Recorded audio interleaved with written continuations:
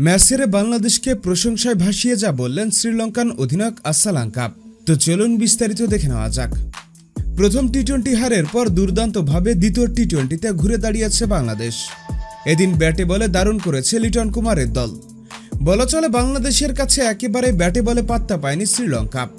বাংলাদেশ আগে ব্যাট করতে নেমে লিটনের 70 এবং শামীমের 48 রানের উপর ভর করে শ্রীলঙ্কাকে 178 রানের টার্গেট দেয়, কিন্তু শ্রীলঙ্কা মাত্র 94 রানে অল আউট হয়ে যায়, যার ফলে বাংলাদেশ এই ম্যাচটি 83 রানে জিতে যায়।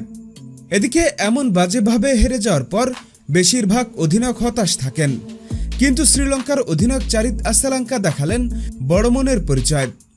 বাংলাদেশ দলের পারফরমেন্স দেখে তিনি দিলেন সহজ স্বীকারোক্তি। ম্যাচের পর আসালাঙ্কা বলেন, বাংলাদেশ সত্যি দারুণ খেলেছে, ওদের বোলাররা শুরু থেকে চাপ সৃষ্টি করেছে আর ব্যাটাররাও দায়িত্ব নিয়ে খেলেছে, তারা ফিল্ডিংও দিয়েছে দারুণ, এই জয়টা ওদের প্রাপ্য। তবে আমরা ব্যাটিংয়ে ভালো করতে পারিনি। যাই হোক, ওয়ানডের মতো আমরা ঘুরে দাঁড়াতে চাই। হ্যাঁ বন্ধুরা, আপনাদের বলছি, আপনাদের কি মনে হয় শ্রীলঙ্কা কি পারবে ওয়ানডের মতো ঘুরে দাঁড়িয়ে সিরিজ জয় করে নিতে, নাকি বাংলাদেশ তৃতীয় টি-20তে দুর্দান্তভাবে পারফরমেন্স করে সিরিজটা নিজেদের করে নেবে?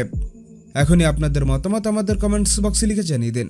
আর আমাদের ভিডিওটি ভালো লাগলে অবশ্যই লাইক ও শেয়ার করুন এবং আমাদের চ্যানেলটি সাবস্ক্রাইব করে আমাদের পাশেই থাকুন। ভিডিওটি দেখার জন্য আপনাকে অসংখ্য ধন্যবাদ।